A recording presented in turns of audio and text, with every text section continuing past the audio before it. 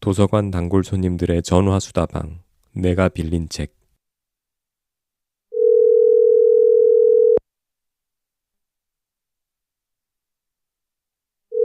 안녕하십니까. 도곡정보문화도서관 단골 손님 김민식입니다. 안녕하셨습니까. 청라호수도서관 단골 손님 박동훈입니다. 왜 한국에서 전화 받는데 더 멀게 느껴지지? 멀게 느껴지는 게 아니라 제 목소리가 좀 이상할 거예요. 왜 그런 거야? 제가 지금 밤새 끙끙 앓다가 오늘이 3월 2일 아침 6시인데 아니 2박 3일 연휴 기간의 마지막 날입니다. 네, 제가 토요일날 좀 무리했다가 무리한 산행을 산에 갔다 왔구나. 날씨가 좋아서 산에 가고 싶긴 했을 것 같아. 봄맞이 산행을 관악산을 갔다 왔는데 예전에는 거뜬했던 산행인데 약간 힘들더라고요. 시간도 오래 걸리고. 그랬더니 병이 났습니다. 병이 났는데 편도선, 인후염, 각종 그게 몰려오면서 끙끙 앓고 있습니다. 좀 쉬셔야 되는 거 아니야? 방송 나중에 할까? 오후쯤? 아니, 그래. 괜찮아? 오늘 지금 그래도 하는 게 어제 좋아? 밤에 자다가 이제 발병했기 때문에 이제 시작이라. 이제 시작이라. 쉰다고 될 일이 아닙니다. 알겠습니다. 우리 내가 이름 헷갈리네. 김 작가님은 지금 저는 대만에서 이제 돌아왔고요. 네. 돌아와서 오자마자 이제 강의 다시 시작하고 또 다음 책 원고 작업하고 바쁜 또 일정을 다시 시작했습니다.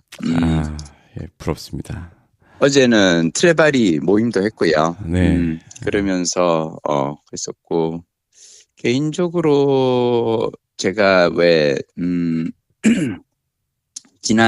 이번 이제 그 트레바리 모임 어제 이제 가면 이게 새 시즌이 시작을 했거든요. 이번 시즌의 주제는 습관의 힘이고 습관에 대해서 서로 이렇게 얘기를 하다가 하여튼 새로 오신 분들도 있고 새로 오신 분들 트레바리 모임에서 새로 오신 분들이 있으면 이제 돌아가면서 기존 멤버들도 그렇고 자기소개하는 시간이에요. 항상 시즌의 첫 모임 하는 날은 자기소개하는 날인데 이 내가 빌린 책을 즐겨 듣다가 여기서 제가 트레바리 모임하는 얘기를 듣고 신청해서 오셨던 분이 한 분 계셔서 정말 반가웠어요. 그래서 그래도 또 하는 그게 있구나. 그리고 어제 제가 저는 항상 트레바리 모임에서 시작할 때는 이제 10분짜리 미니 강연을 해요. 그러니까 우리가 읽은 책을 가지고 이제 그 책과 내 삶에 대해서 얘기를 하는데 제가 이번에 읽은 책이 습관의 힘이란 말이에요. 참 좋은 책이죠. 근데 나는 이 습관의 힘을 어제 이렇게 얘기를 하다가 이제 며칠 전에 이제 습관의 힘에 대해서 멤버들이 올린 독후감을 읽는데 그 독후감에서 어떤 분이 그러는 거예요. 습관의 힘에 보면 개인의 습관에 대한 이야기도 나오고 기업의 습관에 대한 이야기도 나오고 사회적 습관에 대한 이야기도 나와요. 그러니까 이 셋 다 바꾸기 어려운데 이를테면 개인의 습관을 바꾸기는 우리가 늘 어렵다는 건 다 알고 있고 기업의 습관 같은 경우는 이제 어떤 그 사례가 나오냐 그러면 어떤 회사에 새로 취임한 CEO가 뭐라고 선언을 하냐면은 이 투자자들을 만난 자리에서 자신의 경영 방침에 대해서 가장 중요한 것은 노동자의 안전입니다라고 얘기를 해요. 그래가지고 그 이후 갑자기 이제 주주들 사이에서 이제 난리가 나요. 패닉이 일어나죠. 왜냐하면 보통은 새로운 사장이 이렇게 취업하면 맨 먼저 하는 얘기가 저의 그 경영 지침에서 가장 중요한 건 투자자들의 이 이익을 보호하고 우선하는 겁니다. 이런 멘트를 하는데 갑자기 무슨 노동자 안전이다. 그동안 회사에서 일어나는 어떤 그 산재 사고가 많은데 산재 사고를 줄이는데 최선을 다하겠다 막 이래가지고 막 난리가 났는데 이 새로 취임한 이제 대표가 하는 일이 뭐냐면 공장 곳곳에서 노동자들의 그 습관을 점검을 해요. 그래서 사고가 날 때마다 이 사고가 일어난 신호가 뭐였는지 어떤 일이 일어났을 때 그 시작된 신호가 뭐였는지 그래서 공장의 산재율을 줄이는데 재밌는 건 그러고 나서 3년 후에 이제 몇 년이 지나고 나서 이익이 급증을 하는 거죠. 왜냐하면 이게 안전에 대한 문제를 갖다가 이렇게 그걸 했는데 기업 분위기가 바뀌고 막 그래서 그 기업의 사고 습관을 바꾼 그런 사례가 이제 나오고 또 하나는 뭐냐면 사회의 습관을 바꾸는 거는 뭐냐면 저거예요. 그 우리가 이제 알고 있는 그 로자 파크스의 그 왜 이렇게 흑인인데 백인 의자 구역에 앉았다가 맞아. 기사가 와서 일어나라고 했는데 이제 거기에 거부했다가 그걸로 이제 흑인 민권 운동이 시작이 되잖아요. 네. 뭐 어떤 이런 얘기를 이제 하는데 그분이 이제 책을 읽고 하신 그 리뷰에서 뭐라고 썼냐면 조직의 습관을 바꾸는 게 너무 힘든 거 아닌가라고 얘기를 하는데 내가 조직의 습관에 대해서 되게 고민했던 적이 있다라는 생각이 갑자기 든 거예요. 뭐 이건 예전에 다들 아시겠지만 제가 2012년에 MBC 파업 이후로 MBC 사람들이 되게 패배주의에 빠져들었어요. 조합원들이. 왜냐하면 12년 파업 이후로 해고자도 양산되고 그리고 많은 사람들이 거기에 이제 했던 사람들이 조합원들이 핍박을 받고 2017년에 어떤 일이 생겼냐면 촛불 집회 같은데 이제 최순실 그 전국대 촛불 집회 나가면은 시청자들의 KBS나 MBC 같은 공영방송에 대한 어떤 조롱이 크게 당했어요. 왜냐하면 최순실 때 그때 그 태블릿이라든지 이런 그 이 결정적 증거에 대해서 방송을 한 것은 JTBC였단 말이죠. 그래서 시청자들은 야 니들 뭐 공영방송이라고 달고 나와서 뭐 하냐 아무런 역할을 못 하는데라고 조롱을 하는데 생각해보면 MBC 사람들 입장에서는 엄청 이제 했던 게 이게 진퇴양난인 거지. 그러니까 그 정권의 어떤 그 이 언론 통제에 반발해서 싸우면 핍박을 받고 그렇다고 안 싸우면 시청자들의 외면을 받고 그래서 사람들이 완전히 이제 이도저도 못할 수 없는 진퇴양난의 어떤 그 상황에 처해져 있었을 때 내가 딱 보고 여기서 지금 우리에게 중요한 해법은 당시 사장이 나가는 거예요. 이 사장을 내보내야 하는데 이걸 그럼 나는 어떻게 할까? 그래서 제가 그냥 했던 생각은 뭐냐면 나 혼자서라도 회사에서 한번 싸워보자. 내 싸우는 게 뭐 대단한 싸움이 아니고 그냥 출근하고 하루에 한 번이라도 사장 나가라는 구호를 한번 외치고 나는 퇴근을 하자. 하루에 한 번 사장 나가라는 구호를 외치는 건데 이걸 어떻게 할까를 생각하다가 습관의 힘의 책에 보면은 뭔가 어떤 일을 꾸준히 하기 위해서는 첫 번째 신호를 파악을 해야 되고 두 번째 반복 행동을 하나를 정해서 그 신호가 올 때마다 반복 행동을 똑같은 행동을 반복을 하는 거예요. 세 번째 그 반복 행동으로 인한 확실한 보상을 누려야 된다는 거예요. 이를테면 우리가 오후 2시 3시에 이제 이 저자가 찰스 두히그가 책에서 쓴 사례 같은 경우 오후 2시 3시쯤 되면 식곤증이 오고 졸려요. 자리에서 졸림이라는 것이 신호야. 그러면 일어나 자리에서 일어나서 이 친구는 1층에 있는 건물 1층에 있는 카페로 내려가. 그래서 커피 한 잔을 마시고 그리고 옆에 있는 초콜릿 쿠키를 하나를 같이 집어서 같이 먹는다는 거예요.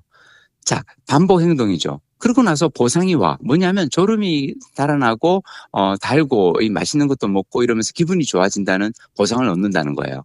근데 이 세 가지 습관의 고리가 딱 이제 자리가 만들어지고 나면 6개월 후, 1년 후의 결과는 뭐냐면 체중 증가라는 거죠. 왜냐하면 점심 먹고 나서 오후에 항상 이렇게 뭔가 달달한 간식을 군것질하는 습관이 생겨버리니까. 그래서 이 사람이 이걸 바꾸기 위해서 어떻게 하냐면 졸림이라는 신호가 왔을 때 반복 행동을 바꿉니다. 그래서 뭘 하냐면 카페에 내려가서 달달한 커피와 음료와 간식을 먹는 대신에 그냥 물을 한 잔 마셔서 거기에 있는 동료들과 그냥 잠깐 이렇게 수다를 떨고 자리로 돌아온다. 자, 그러면 역시 졸림은 사라지죠. 그러니까 보상은 물론 약하지만 여전히 있는 어떤 그런 새로운 반복 행동을 만드는데 이 책을 읽고 내 일상에서 가장 확실한 신호가 뭘까? 근데 제가 당시에 송출실에서 근무했단 말이에요. 송출실 근무자의 핵심은 뭐냐면 자리에서 일어나면 안 돼요. 뭐냐면 TV 화면 송출되는 화면을 실시간으로 계속 모니터링을 해야 되거든. 심지어 우리는 그래서 밥도 그 자리에 사무실 그 자리에 책상 자리에 앉아서 먹어요. 그 식사 시간이 되면 점심 시간이 되면 그 1층에 지하에 있는 구내식당에서 이 담당자가 이 카트를 끌고 와요. 그래서 송출식 근무자들한테 식판을 갖다 주고 하면 우리는 거기서 앉아서 각자 식판을 들고 밥을 그 정도로 이 자리 근데 유일하게 딱 한 번 송출실 근무자가 자리에서 일어나서 이 송출실 바깥으로 나갈 수 있는 순간이 있어요. 언제죠? 글쎄요. 우리 박동원 부장님도 매일 찾아오는 이 신호가 있어. 화장실에 가는 신호예요. 화장실에. 그래서 우리는 뭐냐면 새로운 방송이 딱 시작이 되고 봐서 한 5분에서 10분 정도 더 이상 내가 이 뭐 자막을 흘리거나 사정고질하거나 이런 일할 필요가 없을 때 그때 잠깐 일어나서 참았다가 화장실에 간단 말이야. 화장실 또 가고 싶을 때 가는 게 아니라 이 방송 그 새로운 방송 테이프를 걸고 이게 제대로 돌아가고 이걸 확인하고 나서 그 다음에 딱 가거든요. 잠깐. 자. 화장실에 가는 걸 나는 신호로 삼은 거예요. 그리고 화장실 가서 일을 보고 나면은 시원함이라는 어떤 그 보상이 오죠. 그래서 나는 그다음부터 어떻게 했냐면 화장실에 갈 때마다 사장 물러나라고 소리를 친 거예요. 자, 왜냐하면 이게 습관이 되면 이게 얼마나 재밌냐면 생각해봐요. 하루에 화장실은 몇 번이든 가거든. 그러니까 화장실에 갈 때마다 이걸 한 번씩 그걸 했는데 나는 내가 한 달 정도 이걸 하고 나면 이게 이제 사내 습관으로 들불처럼 번져나갈 줄 알았어. 그래서 모든 사람들이 회사에 출근하면 한 번씩 그 사장 불러나라고 그거를 외치고 막 그래가지고 그냥 여기저기서 막 들려올 줄 알았거든요. 네. 아니야. 외치는 사람은 나밖에 없었어요. 미친 놈은 나밖에 없더라고. 그래서 물론 그때 깨달았지. 아, 다른 사람들은 다들 회사 생활 즐겁게 하고 있었구나. 나만 괴로웠구나. 나는 괴로웠지. 드라마국에서 쫓겨나서 송출실로 갔고 나를 그 발령낸 사람이 누군지 나는 정확하게 알고 있으니까 그런 나에 대한 인사보복을 한 사람이 누군지 정확히 알고 있고 그 사람에 대한 미움을 나만 가지고 있었구나. 자, 이제 드는 생각은 뭐예요? 망했다예요. 왜냐? 나는 이 습관을 이미 만들어버렸는데 나는 화장실 갈 때마다 외치고 있고 회사에서 다들 약간 이제 웅성웅성하면서 야 김민식이가 저러고 있더라 저 어쩌냐 이러고 있는데 아무도 이걸 하지 않아. 나는 이게 사회적 습관이 되길 바랬는데 사회적 습관으로 번져나지 않고 나 개인의 습관이 되어버린 거야. 보통은 자, 이 단계가 오면은 그만두게 됩니다. 그치. 왜냐면 해도 효과가 없거든. 다른 사람한테 반향이 없단 말이야. 근데 나는 문제 뭐냐면 이게 이미 습관이 되어버렸단 말이에요. 화장실에 가서 이걸 안 하고 갈 때도 있어요. 안 하고 가잖아. 왠지 찝찝해. 이걸 해야 후련한 기분이 드는 거예요. 그래서 그냥 계속 했는데 재밌는 건 뭔지 알아요? 나의 습관이 다른 사람의 습관에 연쇄작용을 일으켰어요. 그게 뭐냐? 그 당시 사장의 습관이에요. 사장의 습관은 뭐냐면 이용마라는 제 친구가 있어요. 그 보도국 기자였고 그 이용마가 내가 이제 그 사장과 한번 붙어야겠다 싶어서 그걸 했을 때 이용마가 그 사장에 대해서 해준 얘기가 있어. 그 사장은 어떤 사람이냐면 강자에게는 약하고 약자에게는 강한 사람이라는 거예요. 그래서 누군가가 자신에게 불순한 행동을 하면 절대 그대로 참지 못할 것이다. 어떻게든 너를 응징하려고 나설 것이다. 그때가 너한테는 기회다라고 이용마가 얘기를 했거든. 그래서 내가 근데 사장이 아무런 반응을 하지 않아. 그러다가 왜 그러지 하면서 계속 했는데 한 달 딱 지났을 때 반응이 왔어요. 사장의 반복 행동은 뭐냐? 누군가가 괘씸한 짓을 하면 거기에 대해서 응징을 하는 거예요. 그래서 나를 징계를 하려고 인사위원회에 회부한 거야. 이게 나한테는 우와 하늘이 내려주신 동아줄이구나. 천재일우의 기회가 온 거야. 왜냐? 사장이 나에 대해서 아무런 걸 반응을 하지 않잖아요. 나 혼자 하다가 말았겠죠. 왜냐하면 주위에 아무나 알려. 근데 인사위원회 회부가 되니까 이거 가지고 내가 바깥에다가 할 말이 생긴 거야. 내가 출근하고 화장실 갈 때마다 한 번씩 미친놈처럼 소리를 쳤는데 그걸로 인해서 회사에서 징계를 한다? 이게 과연 징계감입니까? 하고 바깥에 대고 내가 뭔가를 얘기할 수 있는 근거가 생겨버린 거지. 자, 내가 얘기하는 건 뭐냐면 습관을 만드는 데 있어서 중요한 건 신호예요. 이 신호가 하루에도 몇 번씩 오는 신호가 있어. 화장실 가는 거예요. 자, 그래서 제가 이제 네 권의 책을 습관에 대해서 읽으면서 매달 한 권씩 읽으면서 얘기를 하는데 마지막 책이 습관의 디테일이라는 책이거든요. 네. 그 책에 보면 저자가 어떻게 하냐면 이 사람이 근력 운동을 하고 싶은데 헬스클럽 가기도 귀찮고 PT 수업 받기도 힘들고 이걸 어떻게 할까 어떻게 하다가 화장실 갈 때마다 나와서 푸시업을 2번씩 하는 걸 습관으로 만든 거예요. 네. 푸시업 2번은 어렵지도 않잖아요. 간단하고 그리고 화장실 하루에도 몇 번씩 가니까. 근데 이걸 습관을 만들고 나니까 그다음부터는 이게 이제 근력 운동하는 습관이 생겨서 점점점 횟수가 늘어나더라는 거죠. 그러니까 처음에는 2번만 딱 했는데 저는 이렇게 가면서 나는 까먹고 있었는데 제가 사실은 습관의 힘을 읽은 게 2016년도 일이거든요. 그리고 2017년도 영어책 한 권 외워봤니 쓸 때 그 책 안에 습관의 힘 얘기가 나와요. 영어 공부하는 습관을 내가 어떻게 만드는지에 대해서 얘기가 나왔거든. 나도 모르게 2017년에 MBC에서 그렇게 하고 다닐 때 습관의 힘에서 읽었던 걸 나도 모르게 실천을 했구나. 그걸 나는 까먹고 있었어. 그러다가 갑자기 이 독서 모임을 하면서 떠올라서 너무 기뻤습니다. 미안해 동안 얘기해서. 독서를 읽은 책 내용 실천하기가 쉽지 않은데. 근데 보면은 자기계발서를 주로 다루시기 때문에 되게 실천이 중요하잖아요. 맞아요.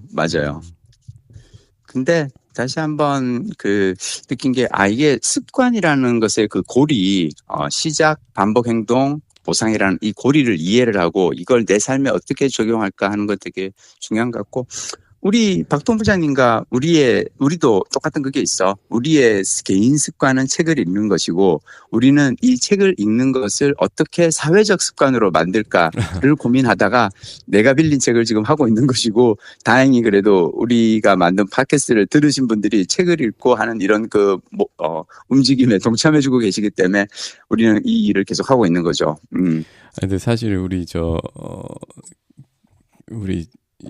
내가 빌린 책은 조회수라든지 구독자 수가 그간 콘텐츠를 에피소드를 쌓아온 기간이나 숫자에 비해서 굉장히 적거든요.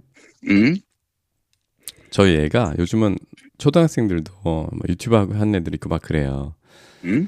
내가 이렇게 녹음하는 거 옆에서 보고 있다가 애게? 아니 저렇게 에피소드가 많은데 저기 구독자 수 조회수 그게 애게 놀리거든요. 근데 신기한 거는 그렇게 적게 들으시는데도 그렇게 실제로 현실에서 만나는 분들이 있다는 게 굉장히 신기했어요. 그러니까 액션에 나서는 분들이나 밀도가 높은 건가? 그렇죠. 밀도가 높죠. 저는 그 생각을 해요. 그러니까 제가 지역에 도서관 강의를 가면 꼭 한두 번씩은 손을 들고 질문을 할 때 내가 빌린 책을 잘 듣고 있습니다라고 얘기해 주시는 분들을 만난단 말이에요. 근데 개인적으로 여기서 나는 이 아드님이 한 에게라는 그 멘트에서 바로 다음 책 이번 주에 제가 정말 여러분들에게 하고 싶은 바로 그 다음 책으로 바로 훅 넘어가겠습니다. 네. 뭐냐면 이제 제가 사실 진행하는 다른 이제 유튜브 채널의 제목이 꼬꼬독이라 그래서 네. 꼬리에 꼬리를 무는 독서 굿라이프라는 채널에서 제가 진행하고 있는 독서. 근데 그 꼬꼬독 꼬리에 꼬리를 무는 독서라는 건 저는 기본적으로 책을 읽을 때 저자가 됐건 주제가 됐건 하나의 어떤 계속 꼬리에 꼬리를 물고 책을 읽거든요. 네. 제가 왜 예전에 이제 몇 주 전에 마이클 리스터라는 작가의 가짜 결핍을 소개해드렸잖아요. 네. 그래서 정말 이 가짜 결핍이 2025년도 최고의 책 중 한 권이다라고 얘기를 드렸고, 저는 같은 저자의 편안함의 습격을 이번 주에 읽었어요. 네. 이번 주에도 이제 역시 3권의 책을 소개해드리려고 하는데 그 편안함의 습격을 내가 읽고 딱 깨달은 게 뭐냐면. 좋은 삶을 구성하는 3가지 재료가 있는데 우리 현대인들이 잃어가고 있는 그 재료가 있어요. 그 3가지가 뭐냐면 따분함, 배고픔, 불편함이에요. 자, 이 3가지가 따분함과 배고픔과 불편함 이 3가지를 우리가 왜 잃어가고 있냐면 인간이 진화를 해온 과정이 편안함을 추구하도록 진화해 왔어요. 네. 그러다 보니까 우리는 심심하면 못 견뎌요. 배고프면 못 견디고 불편한 걸 못 견뎌요. 근데 문제는 뭐냐면 이 3가지가 우리의 선조들에게는 너무나 익숙한 것들이었던 거예요. 우리 선조들을 생각해봐요. 밤에 해가 떨어지고 나면 할 만한 게 있었을까? 아니, 뭐 이렇게 전기가 나오고 뭐 이렇게 호롱불 뭐 그러니까 이런 게 나온 지가 100년, 200년밖에 안 됐기 때문에 밤이 해가 떨어지고 나면 밤새도록 할 수 있는 게 하나도 없어. 정말 따분한 시간을 보냈고, 자, 그리고 제가 요즘 왜 제 생활 일일 습관에 있어서 가장 중요한 핵심 축 중 하나는 뭐냐면 12시간 공복이거든요. 그러니까 즉 저는 저녁 6시 이전에 식사를 마치고 아침 6시 이후에 이제 오전 첫 식기니를 이제 해요. 즉 뭐냐면 저녁 6시부터 아침 6시까지 12시간 동안은 아무것도 먹지 않는다. 이게 제 삶의 아주 중요한 기둥인데 우리 선조들이 그랬단 말이에요. 밤에는 배가 고팠겠죠. 그리고 우리 선조들은 삶이 너무 불편했을 거예요. 뭐 에스컬레이터 같은 게 있는 것도 아니고 무슨 뭐 저기 자동차가 있는 것도 아니고 무슨 바이크가 있는 것도 아니고 자 따분함과 배고픔과 불편함을 겪으면서 사는 게 우리 불과 100년 전, 200년 전까지의 선조들의 일상이었어요. 아니 나는 사실은 선조들뿐만 아니야. 나의 과거를 생각해봐도 박동부장님 우리 옛날에 20, 30년 전에 혹시 기억나요? 나는 우리 동네 시장에 닭집이 처음 생겼을 때를 기억을 해요. 닭집. 그전에는, 그러니까 뭐냐면 통닭집. 그전에는 우리가 먹는 닭 요리라고 하면은, 그러니까 뭐 이렇게 아주 그냥 그러니까 삼계탕까지는 집에서는 안 해 먹는데 그래도 왜 약간 닭을 고아서 삶고 고운 요리만 있었거든. 네. 근데 어느 날 시장통에 통닭집이 생겼어. 닭을 통째로 튀겨서 주는데 우와 그 바삭바삭한 그 껍질이며 맛이 죽여줬단 말이에요. 근데 내가 저녁에 이렇게 드라마를 보다가 내가 만약 20년 전 30년 전 뭐 어린 시절의 나라고 생각해봐. 근데 내가 드라마를 보다가 드라마에서 사람들이 막 그 통닭을 이렇게 먹는 모습이 나와. 아빠한테 그러겠지. 아빠 나 통닭 먹고 싶어. 그럼 아버지가 뭐라 그랬을까? 야 임식이야. 내가 지금 이 밤 9시에 지금 그 동네 시장에 가가지고 시장 가서 통닭집 가가지고 통닭 싸가지고 그러고 이거 와야겠니? 지금 밤 10시 9시 10시 잘 시간인데 그냥 자 임식이야. 나는 그냥 배고픔을 참고 잤을 거예요. 우리 30년 40년 전에 저녁 9시쯤 넘어가지고 TV에서 뭘 보다가 TV에서 주인공이 뭐 이렇게 뭐 먹는 거 맛있는 거 먹는 거 본다 그래서 저거 엄마 해주세요. 엄마가 해줬겠냐고. 요즘은 기다려봐. 배민으로 주문하면은 24시간 배달해주는 식당들이 있단 말이죠. 그러니까 나는, 그리고 예전에 우리가 밤 9시에 넘어가면 뭐라 그랬어, 엄마 아빠들이. 야, 불 끄고 자. 따분해도 그냥 잤거든? 이제는 불 끄고 자 그러면 네, 그러고 지방 들어가가지고 이불 안에 들어가서 스마트폰 켜고 쇼폰 본단 말이야. 따분하면 사라져요. 예전에는 저는 중학교, 고등학교를 자전거로 통학을 했거든요. 네. 왜냐하면 울산 시내, 지금도 생각해보면 그 옛날에 그 울산인데도 공업도시 울산에서도 시내버스 노선이 번호가 다 단자리였어요. 내가 기억하기로는 1970년대, 80년대 울산 시내버스가 2번, 5번, 7번, 9번 이랬거든. 즉 버스 노선이 안 다니는 코스도 너무 많아. 그리고 왜 환승 할인 이런 거 어디 있어? 그 시절엔 그런 것도 없었잖아요. 그리고 버스가 그렇게 많지도 않았고 나는 중학교 고등학교를 자전거를 타고 통학을 했단 말이야. 비 오는 날 불편해. 그렇지만 아주 죽죽 쏟아지는 장마만 아니면은 그냥 조금 내리는 버슬비는 자전거 타고 비 맞으면서 학교를 갔거든요. 불편해도 그냥 살았어. 우리는 불과 30년 40년 전에는. 자, 이 세 가지가 따분함, 배고픔, 불편함이 사라져 버렸어요. 이 과정에서 우리에게 이제 찾아오는 것들이 있죠. 사실은 나는 따분함을 우리가 없애려고 뭔가를 하다 보니 우리는 중독, 그것이 뭐 소셜 미디어가 되었건 SNS가 되었건 쇼폼이 되었건 우리는 이 중독에 빠져들어가고 있고 배고픔을 너무 쉽게 손쉽게 없애다 보니까 우리에게 찾아오는 건 대사질환이고 그리고 불편함을 없애다 보니까 역시 운동 부족이라든지 대사질환이 이제 찾아온 거죠. 근데 뭐 이 책에서도 사실은 나오지만 우리가 지금 이제 암 발병이 막 근데 암의 가장 기본적인 어떤 원인 중 하나가 대사질환이라는 거예요. 그래서 저는 이렇게 보면서 그러니까 암은 대사 불균형으로 인해 촉진되는 다요인성 질병이다. 이게 요즘 이제 그 미국 암 연구소에서 내는 거고, 그러니까 건강한 체중을 유지하는 것이 암을 예방하는 가장 중요한 요인이라는 건데, 세 가지. 따분함과 배고픔과 불편함을 우리가 어떻게 해결할 것인가. 근데 내가 갑자기 이 얘기를 왜 하냐면, 사실은 내가 빌린 책은 이 세 가지를 다 가지고 있는 어쩌면, 그거야. 왜, 우리 사실 그 책 얘기, 제가 아마 책 얘기 중에서 가장 많이 하는 것 중 하나가 간헐적 단식이라든지 이런 얘기를 많이 하는 거고, 그리고 우리 채널 보면 정말 사람들이 제일 갈수록 점점 줄어드는 게 독서 인구인데, 이 따분한 책 읽기도 따분한데 책 읽기에 대한 이야기를 두 아재들이 그냥 막 자기들끼리 신나가지고 이 책에 대한 이거만큼 따분한 소재가 어디 있으며, 그리고 유튜브에서 가장 인기 있는 콘텐츠가 뭐야? 먹방이잖아. 보고만 있어도 막 그냥 그 도파민 치솟는.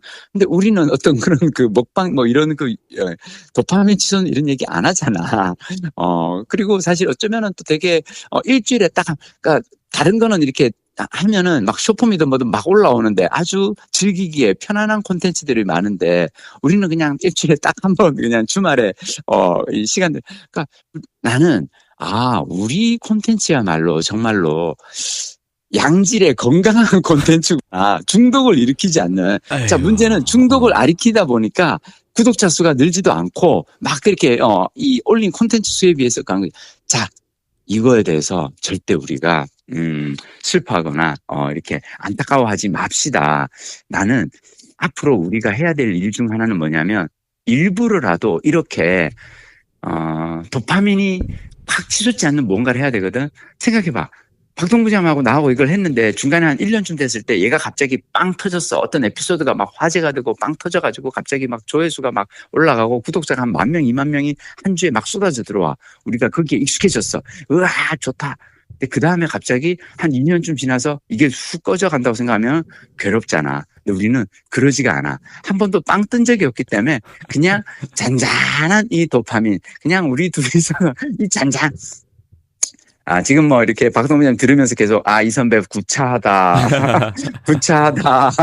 원하면서 높은 구독자 수, 높은 조회수를 원하면서 구차하다라고 하는데, 그래서 그렇게 생각하겠지만 제가 항상 하는 게 있어요. 여행 다니면서 하는 게 뭐냐면, 나는 귀국하면 바로 리셋할 것이다. 나는 귀국하면 리셋할 것이다. 내가 아무리 대만에서 여기서 막 뭐 맛있는 걸 먹고, 라오스에서 아무리 멋진 풍광을 보고, 발리에서 아무리 죽이는 그 숙소에서 화려한 숙소에 해도, 귀국하면 나는 그 모든 걸 잊고 리셋하고, 그리고 내가 한국에서 만나는 풍광과 사람들과 음식에 대해서 감사하며 살 것이다 하는데, 저는 딱 돌아와서 그래서 오자마자 바로 그 다음날 내가 한 건 뭐냐면, 우리 동네 도서관에 가서 도곡정보문화 도서관 가가지고 책 빌리고, 마침 또 저기 스티븐 킹이 나이 70에 쓴 공포 단편집 더 어두운 걸 좋아하십니까가 있길래 책을 빌려와서 첫 편을 딱 읽었는데, 재주 많은 두 녀석이라는 단편서부터 내가 읽으면서 와, 진짜 스티븐 킹은 70에도 이 노인은 짱짱하구나. 어떻게 사람의 간담을 이렇게 서늘하게 이렇게 꽉 잡고 이렇게 그 끝까지 이야기를 갖다 끌고 갈까, 막 이런 거 감탄하면서. 그리고 뭐 저기 내가 좋아하는 또 동네 우리 박동 부장님은 그게 무슨 산이냐라고 얘기하는 매봉 산에 가서, 박동 부장은 이거는 언덕일 뿐이다라고 얘기하는 그곳을 또 이렇게 1시간 동안 쫙 이렇게 뛰고 달리고 걷고 하면서 즐거운 시간을 보내고. 그래서 나는 그냥, 그러니까 뭐 얘기 드린 적 있겠지만, 저는 달리거나 걷거나 할 때 절대 뭘 이렇게, 우리 박동 부장님 오디오 콘텐츠 되겠다는데 나는 그 따분함을 즐기고 있거든요. 그리고 전철 타러 가서 계단과 에스컬레이터에 있으면 무조건 계단으로 2칸씩 오르는 불편함을 애써 감수하고, 근데 저는 편안함의 습격을 잊고 다시 한번 깨달았어요. 우리가 잃어버린 좋은 삶의 3가지 재료, 따분함과 배고픔과 불편함을 기꺼이 즐길 수 있어야겠다라는 생각이 들었습니다. 우리 팟빵 게시판에 우리가 또 댓글도 많지 않잖아요. 팟빵 게시판에 9858-261님 하고, 그 다음에 꿈꾸미 49님. 이 꿈꾸미 49님은 경찰관이시라고, 교통과 경찰관. 그러시구나. 네, 근데 지난번에 헬멧 그 자전거 뭐 헬멧 얘기도 했었는데. 봐야겠다. 쓰라고 하십니다. 쓰라고 하시고. 근데 아까 그 9858 유리길님하고 이 두 분이서 우리 걸 제가 예전에 소개했던 비트코인 없는 미래는 없다라는 책도 한 권 더 있었는데 그거 들으시고 읽고 사셨는지 모르겠는데 사셨대요. 그래서 마이너스 25%나 하시고 마이너스 40% 하셨대지만 그런데 감사한 것은 원망하지 않으시네요. 절대로 원망하지 않습니다. 투자의 책임은 본인이니까요. 또는 공부해보니 확신했을 그냥 오래 지켜보려고요 하셨는데. 그러네.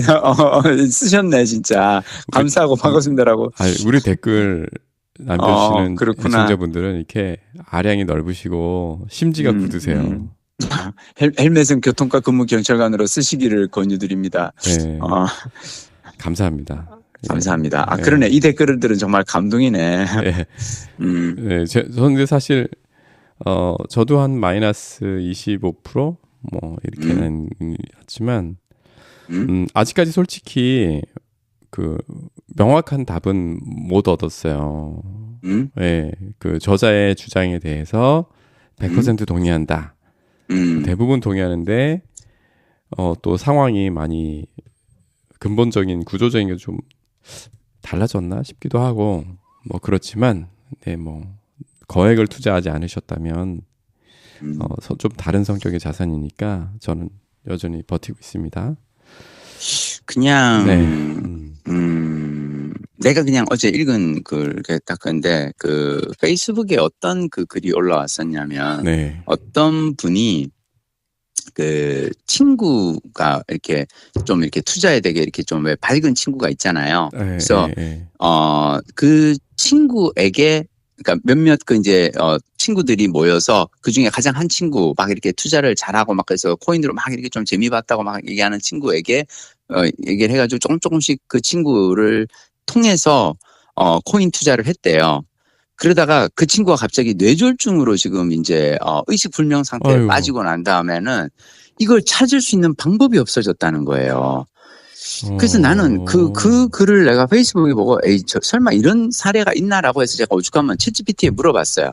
만약 코인의 경우 암호화폐의 경우 그 소유자가 갑작스런 사고로 사망할 경우 상속이 어떻게 되나요? 라고 물어봤더니 이를테면 공신력 있는 이제 왜 암호화폐 거래소가 있잖아요. 네네. 그런 공적인 거래소에서 하고 있었다면 괜찮지만 뭐 그 GPT 설명에 따르면 콜드 월렛 무슨 월렛 월렛을 통해서 암호를 통해서 이분이 만약 관리하고 있었다면 그건 찾을 수 있는 방법이 없다는 거예요. 맞아요. 후자 같은. 근데 나는 그 글을 보고 다시 한번 깨달은 건 뭐냐면 이게 솔직히 전 제가 아직까지도 암호화폐를 하지 않고 있는 딱 하나는 내가 이걸 잘 모르기 때문에 근데 다시 한번 깨달은 건 뭐냐면 이거는 오히려 자산으로서는 좀 위험하지 않나?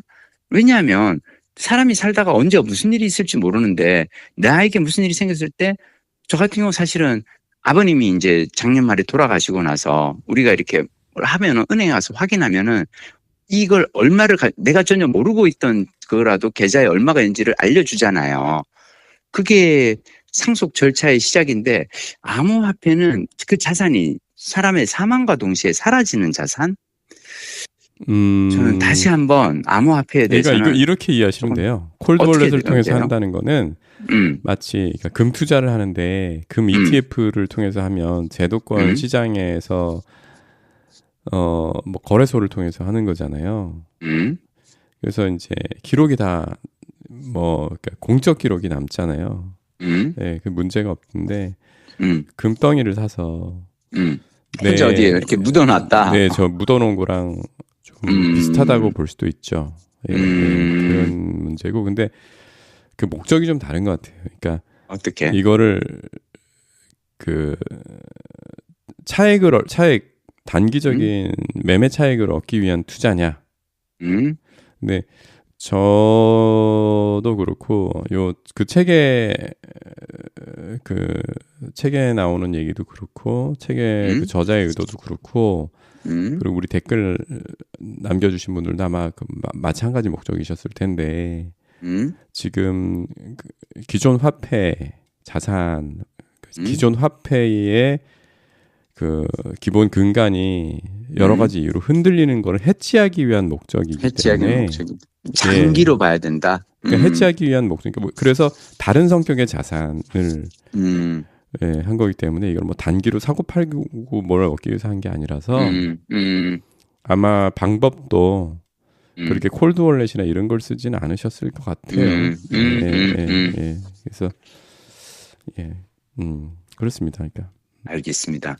하여튼 참 어려운 시대야. 이 인플레이션은 앞으로 계속해서 이제 이거는 사라지지 않을 거고. 그리고 세상도 우리의 자산을 너무나 그렇지. 지정학적인 변동성도 그러니까, 크고 또 크고 또 우리가 이렇게 자 뭐 우크라이나나 이란이나 이란은 좀 다르지만 우크라이나 사람들 그 몇 년 전까지 거기도 그래도 꽤 발전된 나라였고 그렇죠. 우리하고 비슷한 일상을 살던 나라 사람들인데 그렇게 해외를 떠돌게 될 줄 어떻게 알았겠어요. 그렇죠. 맞아. 네, 그리고 많은 나라들이 이미 자국의 화폐 가치가 보존이 되지 않아서 그렇기 때문에 사실 크립토라는 것이 이렇게 21세기 변동성이 심하고 예전 화폐를 받쳐주던 철학이 무너지던 시대에는 대안이 필요해서 나온 거기 때문에 그런 관점에서 접근하시면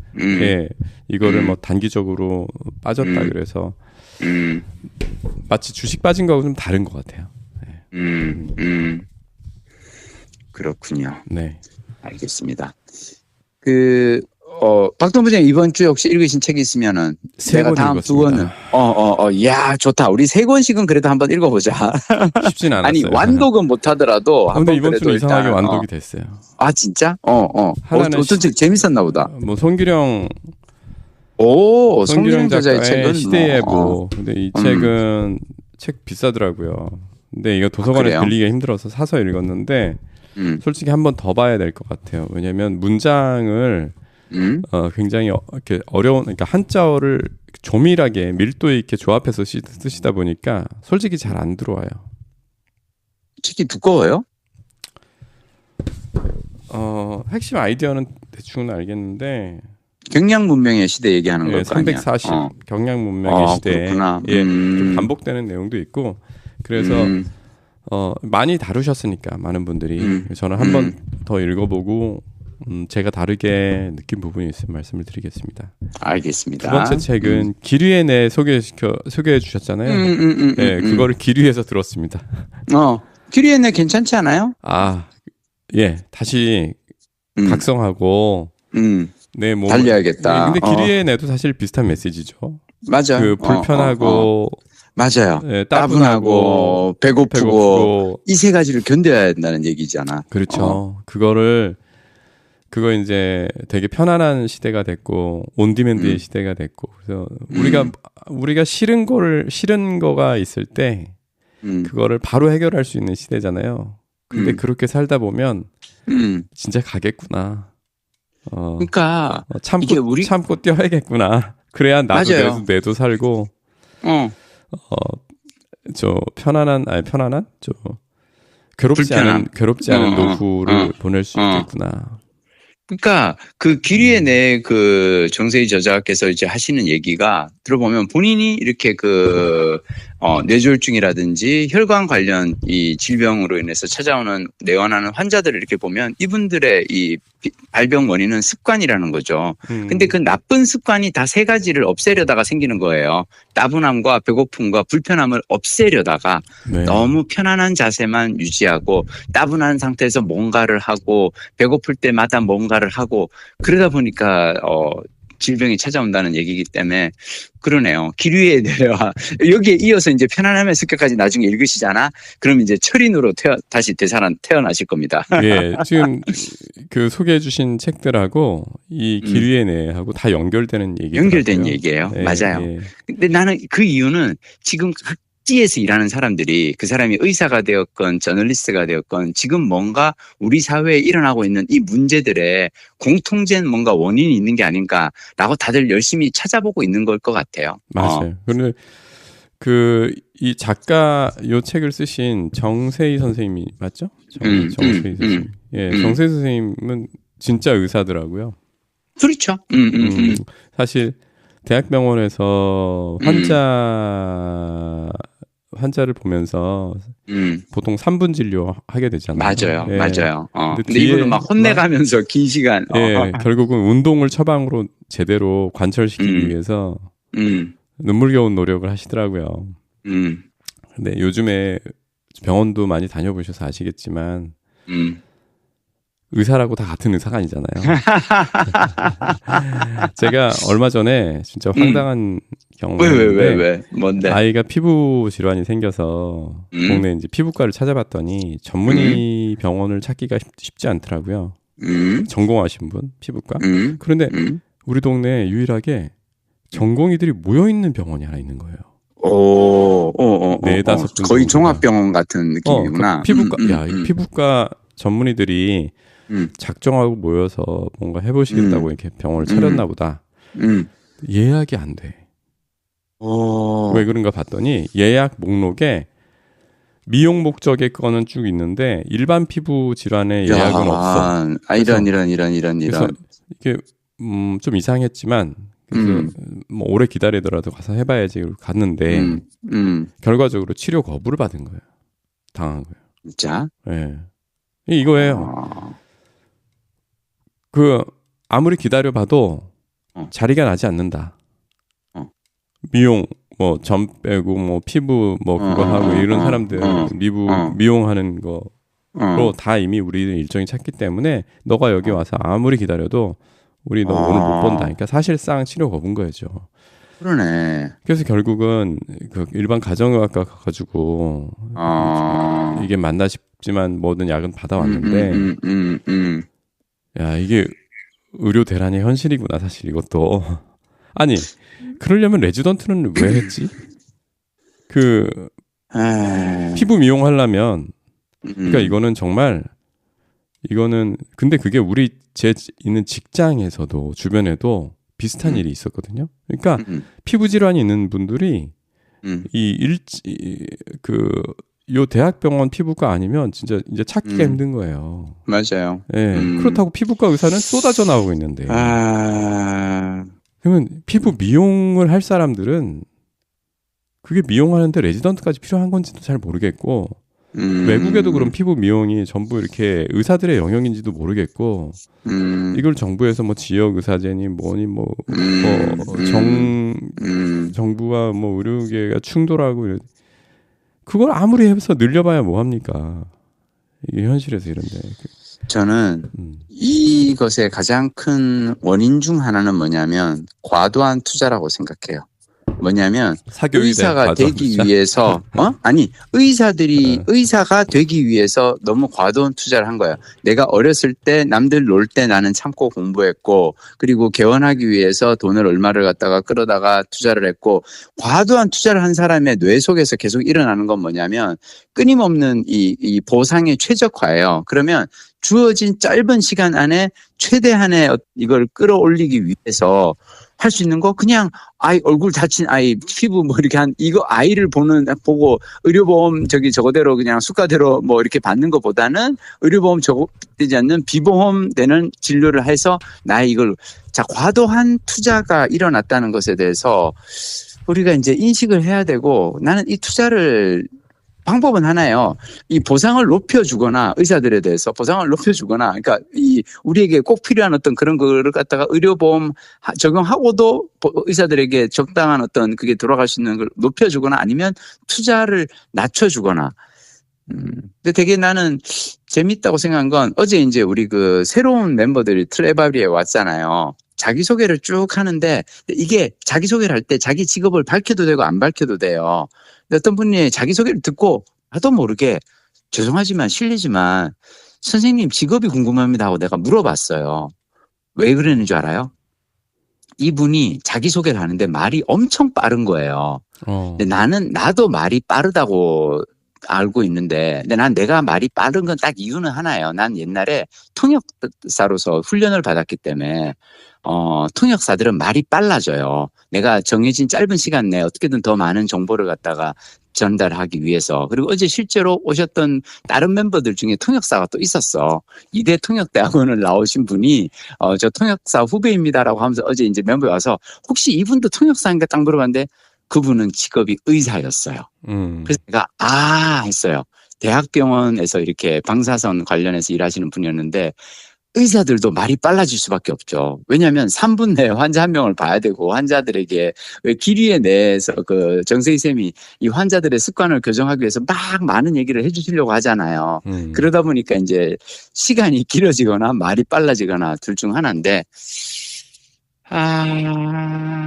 어제 개인적으로 이제 재밌었던 건 트레바리 모임을 하면서 우리 사회에서 바꿔야 할 습관은 무엇인가요? 라는 질문을 던졌어요.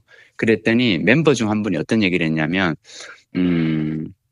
과도한 노력, 과도하게 다른 사람과 나를 비교하면서 더 열심히 하려는 노력, 이거를 우리 사회 습관이 아닌가. 그래서 새롭게 우리가 만들어야 될 습관은 뭐냐면 이만하면 괜찮다. 이만하면은 충분하다라고 오유자족하는 내면 소통에서 그 김주환 쌤이 마지막에 결론으로 얘기하는 건데 오유자족, 이만하면 충분하다라고 느끼는 그런 그게 많아져야 되지 않은가라는 얘기가 나왔거든요. 근데 저는 참 안타까운 게 의사분들은 우리나라에서 어떻게 보면 수입으로 보면 그래도 가장 탄탄하고 그리고 가장 오래 일하는 분들이잖아요. 네. 고소득을 가장 길게 누리시는 분들인데 그분들이 너무 이렇게 젊어서 막 돈 하는 것보다는 조금이라도 좀 여유를 가지시고 그걸 했으면 좋겠는데 이건 우리의 그냥 소망이겠지? 근데 또 그런 분들도 계세요. 나는 그런 분을 만났거든. 그리고 나는 그런 분을 만났을 때 너무 감동이었고 이를테면 제가 이제 누가 이제 피부과를 좀 추천해 달라 그래서 그랬더니 그 후배가 내가 이제 후배한테 제가 동네가 이제 강남이잖아요.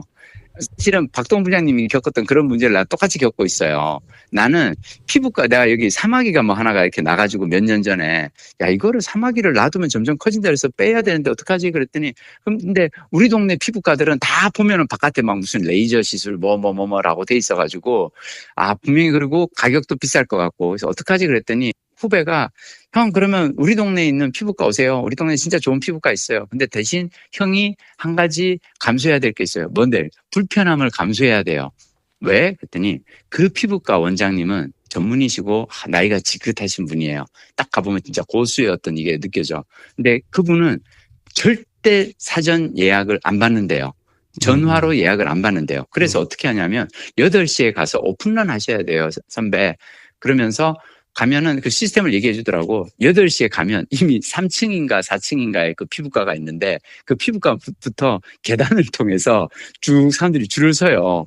그러면 계단을 따라 줄을 서면은 8시 30분에 딱 그 간호사분이 와서 앞에다가 피부과 문 앞에다가 딱 그 대기표 이걸 딱 걸어요. 그러면 사람들이 줄 서 있는 사람들이 딱 가가지고 다 하나씩 이름을 써. 그러면은 그 표에 보면은 요 칸 이후부터는 오후 진료이십니다. 그러니까 여기까지 쓰신 분들은 9시에 다시 오셔서 대기하시면 되고 요 이후에는 오후 2시 이후에 다시 오세요. 자, 이거를 그래서 나중에 내가 이제 진료실에 들어가서 이제 앉아 있는데 어떤 할머니가 와서 그런 거야. 아니, 이거를 왜 노인더러 아침 8시까지 와서 이걸 출석에 매번 만드냐. 그러지 말고 전화 예약을 하면 안 되냐. 단호하게 안 계신 분이 저희는 전화 예약 받지 않습니다라고 딱 얘기하는 거예요. 그러니까 이 오픈런 사태는 우리가 참 고민인데 근데 그 와중에도 어떻게든 일을 하기 위해서 그러면서 그분이 그 간호사분이 하신 얘기가 뭐냐면 미리 예약을 받으면 갑자기 아픈 분들이 못 와요, 할머니. 그러니까 미리 예약, 우리가 피부에 갑자기 뭐가 나는 사람은 그날 당장 달려가야 되는데 그런 분들을 위해서 어쩔 수 없어요라고 얘기하는 걸 듣고 그래도 그 와중에서 이 어려운 상황에서도 또 뭔가 자신의 일을 또 하시려는 분들은 또 계시구나라는 생각은 들었어요. 구조적으로 지금 피부과 의사가 숫자로 보면 얼마나 많은데 그러니까 구조적으로 피부과 의사들이 다 피부 미용사가 되는 걸 허락한 구조가 돼버렸으니까 지금 그 선생님은 얼마나 힘들겠어요. 그렇지. 네, 맞아. 환자들도 힘들고 이게 적정한 수가 아니잖아요. 그게. 맞아. 예, 그분이 훌륭하시죠. 근데 그거를 우리가 진짜 의사 명이시네, 이렇게 명이시고 좋은 의사 선생님이네, 이렇게 하는 거 한편, 이 문제는 이제 어떻게든 구조적인 걸 풀어내지 않으면, 아니면 그렇게 오히려 피부 미용만 하시는 분들은 그렇게 진료 거부하시면 그냥 의사 면허를 바꿨으면 좋겠어요. 피부 미용 면허. 박 부장님 너무 화나셨다. 너무 화났어요. 네. 근데 박 부장님, 나는 이렇게 생각해요. 이게 있잖아, 항상 변화에 따르는 어떤 그게 있는데, 우리 사회가 지금 다 함께 겪고 있는 변화가 고령화예요. 네. 예전 같으면 나이 50쯤 되고 얼굴에 주름 생기고 뭐 이렇게 쭈글쭈글해지고 그러면 그냥 금갑다, 그냥 그러다가 한 5년 10년 더 살다 가는 거지라고 생각했는데, 이제는 나이 50에 60에 내가 주름이 생기고 얼굴이 처지기 시작하면 하는 생각이 뭐냐면, 내가 이 얼굴로 앞으로 30년 40년을 더 살아야 되는데 벌써 노인이 되기는 싫거든. 나는 그게 핵심인 것 같고, 근데 다만 이제 어려워요. 근데 뭐 사실 40, 50대뿐만 아니고 이제 20대, 30대들은 또 젊어 보이고 더 예뻐 보이려는 또 욕망이 있고. 근데 이 사람의 욕망을 우리가 어떻게 통제하겠어? 나는 이 공급자 측면에서 의사들만 비난할 게 아니라 어쩌면 우리들이 가지고 있는 욕망도 있잖아. 이게 수요가 갑자기 그러니까 늘어나니까 공급이 부족한 거지. 의사들이 뭐 부처님이 되길 바라는 게 아니에요. 그 그러니까 사람들 다 똑같습니다. 다 자기 욕심에 아주 일부에 정말로 사명감과 그런 걸로 움직이는 특별한 사람에 맞춰서 정책을 짜면 안 되죠. 그냥 욕심에 따라 움직이는 사람들로 넘쳐나지만 그 사람들이 제대로 배분될 수 있게, 예, 지금 부동산 정책도 그렇게 하고 있는 거고, 주식 정책도 그렇게 하고 그렇지. 있는 거고, 예, 누가 맞아. 넛지를 잘 활용을 해야지. 넛지를 잘 하고 해야지. 지금은 심각한 수준으로 간 거죠. 제가 같이 등산 간 친구도 의사였어요. 내과 의사인데 이 친구도 지금 의료 현장에서 벌어지는 상황들이 정말 말하기 어려운 기상천외한 일들이 많더라고요. 예, 그래서 이렇게 예전에 보면 의사나, 제가 30년 전에 학교 다닐 때 반에서 의사하겠다, 교사하겠다 하던 친구들은 내가 공부 잘하니까 내가 이걸로 교사 돼서 편하게 살아야지, 내가 공부 잘하니까 내가 의사해서 돈 많이 벌어야지, 속으로 그런 생각 있을 수도 있었겠지만 내놓고 말할 정도의 그런 건 아니었어요. 그렇지. 우리 사회가 그렇게 속물적이지 않았어, 그때만 하더라도. 그래도 내세우는 거는 그래도 그럼 그래도 뭐 많은 친구들이, 나는 사명감이 있어서 내 공부 잘하는데 전자공학과 아니고 물리학과 아니고 의대 갈래. 그리고 교사도 그래서 교사가 당시에는 그렇게 공부만 잘하는 친구들이 가는 데 아니었잖아요. 근데 학교 현장도 그렇고, 그런 친구들의 편안한 직업을 위해서, 돈 많이 벌기 위해서 그걸 노골적으로 앞에 놓고서 달리는 친구들이 늘어나다 보니까, 그리고 그거를 실제로 허용해주는 그 친구들의 목적에 딱 부합하는 사회 구조가 되고 나니까 이게 다 엉켜버리잖아요. 잼통령이 거기에 대해서 잘하시던데, 그런 구조 개혁 잘하시던데. 아주 급한 거 끝나시면 이것도 급합니다. 네. 그리고 저기 오늘 의사 얘기를 많이 하게 되는데, 마지막으로 시간이 얼마 안 남았지만 사실 가장 제가 쇼킹하게 읽었던 책은 이 책이에요. 뭐야? 의사를 반성한다라는 책입니다. 뭐야? 너무 우리 딱 그 박동 부장님 귀에 쏙쏙 들어오는 얘기였을 것 같은데, 의사를 반성한다? 예, 어떤 얘기예요? 이거 일본 의사 분의 얘기고요. 부제가 어느 노인 요양원 의사의 양심 고백이에요. 노인 요양원. 네. 그리고 밑에 써 있는 얘기가, 이 책을 일찍 알았더라면 부모님을 그렇게 보내드리지 않았을 텐데.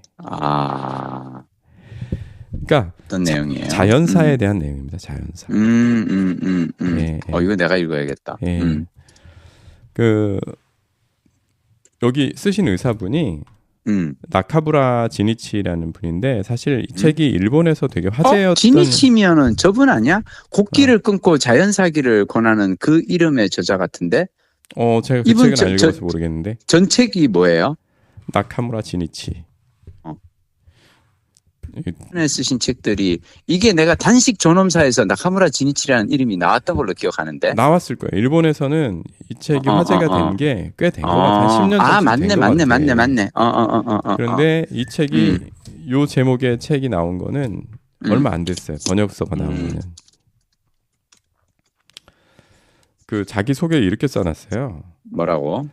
그 원래는 다카오 병원이라고 좀 큰 병원의 원장하고 이사장을 거치며 승승장구하다가 60세가 되면서 뜻한 바 있어. 이제 이런 거 거절하고 노인 요양원의 평의사로 일하기를 시작한 거예요. 여기 자기 말로 이렇게 써놔요. 서문에 보면 별 2개 사단장 계급장을 떼고 자천에서 전방 소대장이 된 셈이다. 여기서 이제 임종을 앞둔 노인들을 돌보는 의사를 하는데 여기서 자기가 이전에 40년 동안 의사로 일했을 때도 그리고 자기도 그랬고 대부분의 의사가 그러는데 자연사한 환자를 거의 볼 기회가 없대요. 왜냐하면 병원에서는 어떻게든 끝까지 연명시키다가 가잖아요. 그러니까 고생하다가 막 치료로 병과 싸우다가 져서 가는 환자들을 대부분 보잖아요. 그렇지. 예, 그런데 이 자연사나 평온사, 그러니까 그런 병과의 싸움을 포기하고 점점점 몸에 있는 수분과 그 양분을 쓰니까 곡기를 끊고 이렇게 해서 돌아가시는 환자들을 여기 와서 노인요양원 와서야 그런 또 철학을 가진 노인요양원 와서야 수십 건을 본 거예요. 실제 목격을 한 거예요. 이게 보니까 괴롭게 병과 싸우다가 정말 처참한 모습으로 돌아가는 사람들이 대부분인데 이렇게 자연사나 평온사를 하는 걸 보니까 오히려 뭐 암이 있건 뭐가 있건 통증을 못 느끼고 가더라. 그래서 우리가 지금까지 해왔던 이제 인생의 마지막을 정리하는 방식이 맞는 것인가? 거기에 대해 쓴 책이에요. 나 이거 너무 재밌는 게 뭐냐면 왜 내가 작년에 소개한 책 중에 비류잉이라는 대만 의사가 쓴 단식 존엄사를 한번 소개한 적이 있어요. 네네, 마지막에 이렇게 곡기 끊고 그 책에서 비류잉이 일본 의사인 나카무라 지니치가 쓴 단행본 편안한 죽음을 맞으려면 의사를 멀리하라를 어머니한테 추천하고 어머니가 그걸 읽고 자신이 자연사 하겠다라고 해서 이제 그 과정을 어머니가 이제 곡기를 끊고 자연사하는 과정을 이 비룡에 붙인. 근데 나는 그때만 하더라도 나카무라 지니치가 그러니까 이 대만 저자의 책에서 나온 그 책이 한국에는 없었거든요. 이 책이 원전입니다. 근데 나왔네. 그리고 나카무라 지니치의 책이 딱 이 한 권만 지금 한국에 소개돼 있네요. 맞아요. 그러니까 예전에 그러니까 편안한 죽음을 맞으려면 의사를 멀리하라라는 책도 옛날에 나오긴 했어요. 근데 이번에 새로 이제 개정판이 새로 나왔네. 그렇군요. 알겠습니다. 가장 희귀한 책이었습니다. 그죠. 어떻게 갈 것인가에 대해서 우리가 벌써 좀 이제 생각을 해야 돼. 근데 나는 기본적으로 좋은 죽음은 좋은 삶의 연장선의 끝에 있다고 생각해요. 하루하루 잘 사는 것이 중요해요. 그 메시지가 뒤에 있어요. 그러니까 죽음을 두려워하지 않아야 사실은 이 맞아요. 자연사와 평온사를 할 수 있는데 맞아요. 죽음을 두려워하지 않는다는 거는 삶을 어떻게 사느냐 그거로 결정된다. 그러니까 결정된다. 기존 삶에 그러니까 또 여기서 얘기하는 건 그거거든요. 모든 사람은 결국 죽는다. 그리고 자연의 섭리다. 이거에 그 생에 대한 집착이 너무 강해서 대부분이 저항을 하고 또 현대에는 정말로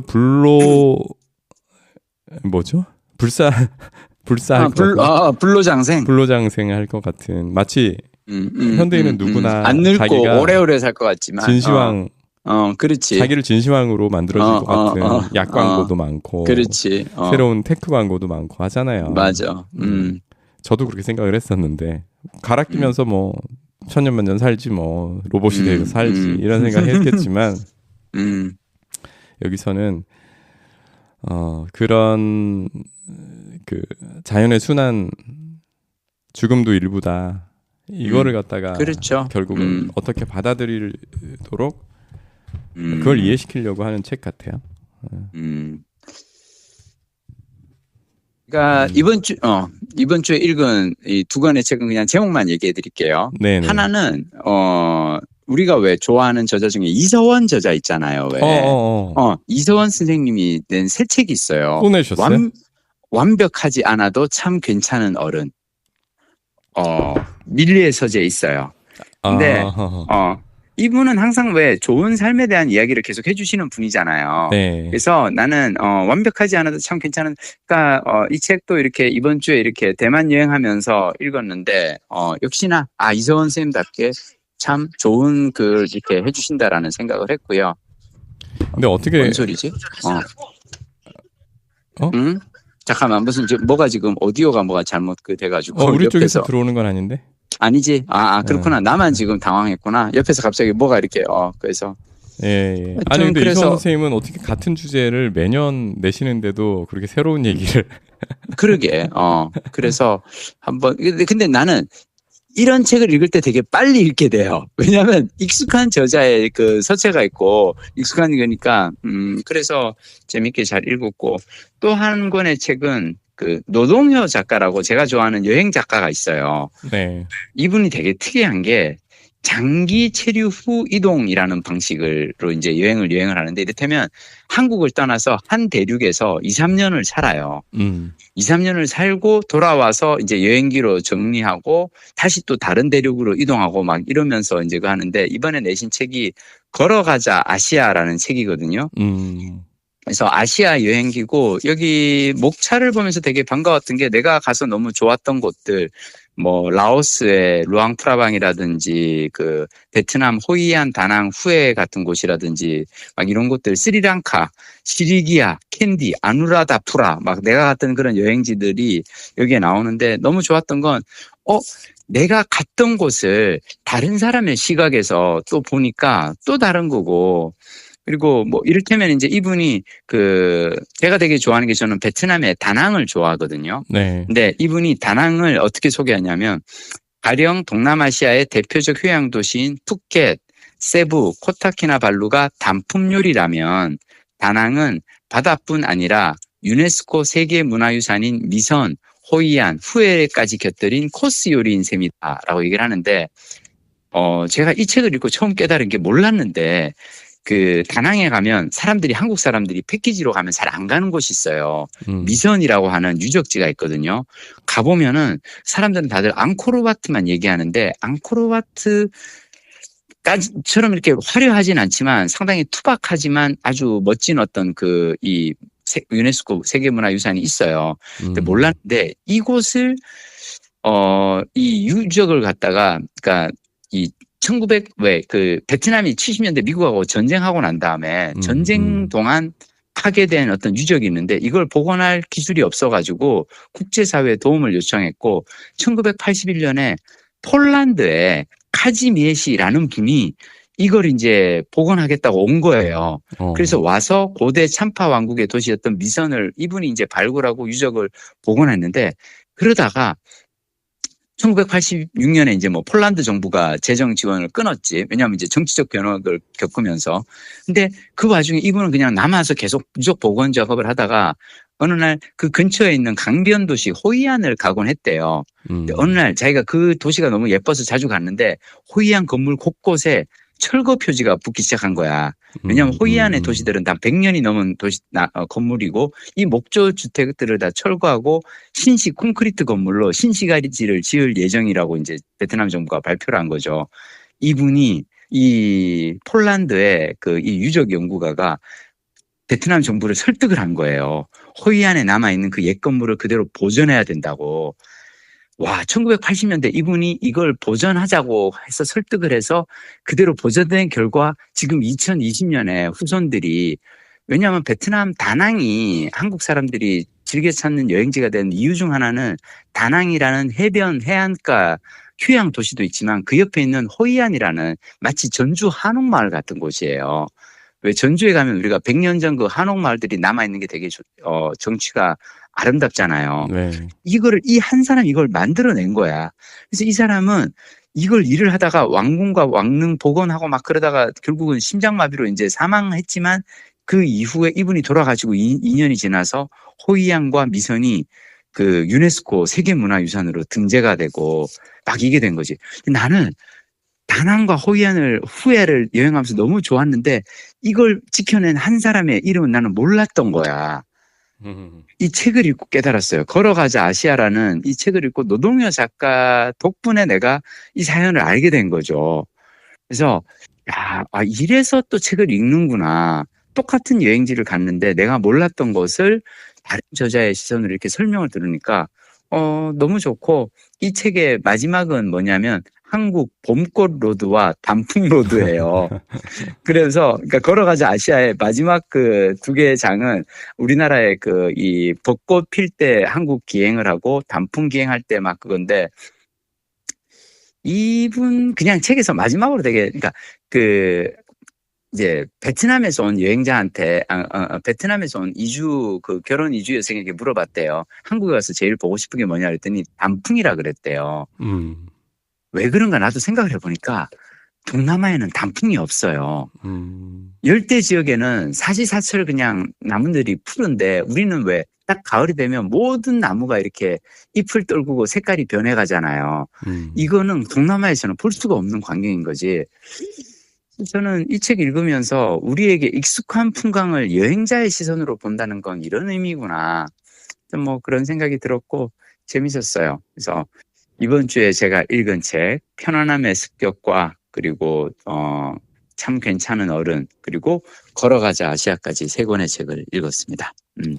너무 많이 읽으셔서 이게 우리가 너무 길어져서 들으시는 분들 좀 괴로울 수도 있겠다. 그렇죠. 여기서 후닥 마무리하시고 우린 그러면 다음 주에 또 뵙도록 하시죠. 다음 주에는 이 회복이 돼서 괜찮은 목소리로 나와야 되는데 이게 나이가 있어서 쉽지 않을 것 같습니다. 뭐 엄살 부리지 말고. 네. 알았어. 다음 주에 그러면 또 뵙겠습니다. 네.